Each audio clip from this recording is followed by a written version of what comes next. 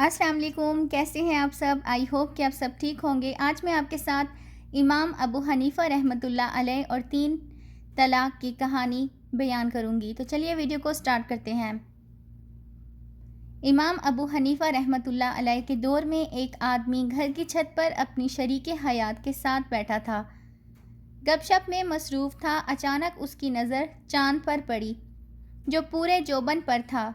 نہ جانے اس آدمی کو کیا سوجھی کہ اس نے جھٹ سے اپنی بیوی سے کہہ دیا کہ اگر تم اس چاند سے زیادہ خوبصورت نہیں تو میں تمہیں طلاق دیتا ہوں۔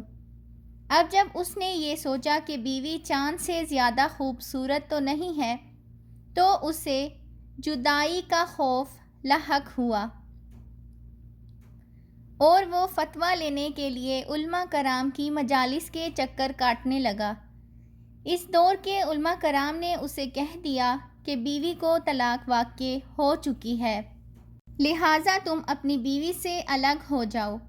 وہ آدمی بہت پریشان ہوا کہ کرے تو آخر کیا کرے، جائے تو کہاں جائے۔ اسی پریشانی میں ایک دن امام ابو حنیفہ کی مجلس میں پہنچا اور اپنا دکھڑا سنا دیا کہ حضرت، جذبات کی روح میں بہہ کر ایسے الفاظ کہہ دیے، اب میں کیا کروں؟ آپ کوئی حل بتا دیں۔ امام ابو حنیفہ رحمۃ اللہ علیہ فرمانے لگے، اس میں پریشانی والی کیا بات ہے؟ تمہاری بیوی چاند سے تو کیا، تمام دیگر مخلوقات سے زیادہ خوبصورت ہے۔ جاؤ اور تمہاری بیوی کو طلاق نہیں ہوئی، اپنی بیوی کے ساتھ تم رہ سکتے ہو۔ اب جب اس دور کے علماء کرام کو معلوم ہوا تو انہوں نے امام اعظم کو آڑے ہاتھوں لیا کہ دیکھیں، خود کو امام کہتے ہیں اور خود گناہ کے فتوے دے رہے ہیں۔ جب سب کی چیمگویاں بڑھ گئیں تو امام اعظم نے سب کو طلب فرمایا اور کہا، کیا تم لوگ قرآن نہیں پڑھتے؟ سب علماء کرام نے کہا، کیوں نہیں، ہم سب قرآن پاک پڑھتے ہیں۔ تو امام ابو حنیفہ رحمۃ اللہ علیہ نے فرمایا کہ آپ حضرات نے سورۃ التین کی آیت نمبر 4 لَقَدْ خَلَقْنَا الْإِنسَانَ فِي أَحْسَنِ تَقْوِيمٍ، البتہ بے شک ہم نے انسان کو خوبصورت ترین مخلوق پیدا فرمایا ہے۔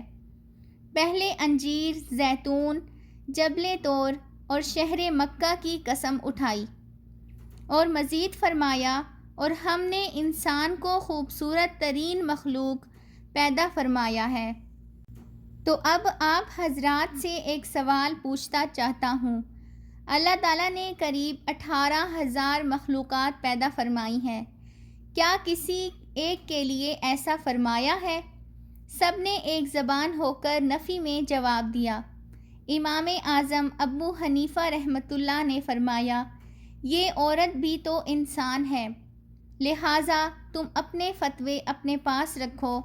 اور آدمی سے فرمایا، مطمئن ہو کر گھر جائیے، تمہاری طلاق نہیں ہوئی۔ سبحان اللہ۔ اللہ سبحانہ و تعالی ہم سب کو دین کی صحیح سمجھ بوجھ عطا کرے اور ہم سب کو صراط مستقیم پر چلنے کی توفیق عطا فرمائے۔ آئی ہوپ کہ آپ کو آج کی میری یہ ویڈیو اچھی لگی ہوگی، تو چینل کو سبسکرائب کرنا بالکل بھی مت بھولیے گا۔ ملتے ہیں نیکسٹ ویڈیو میں، تب تک اللہ حافظ۔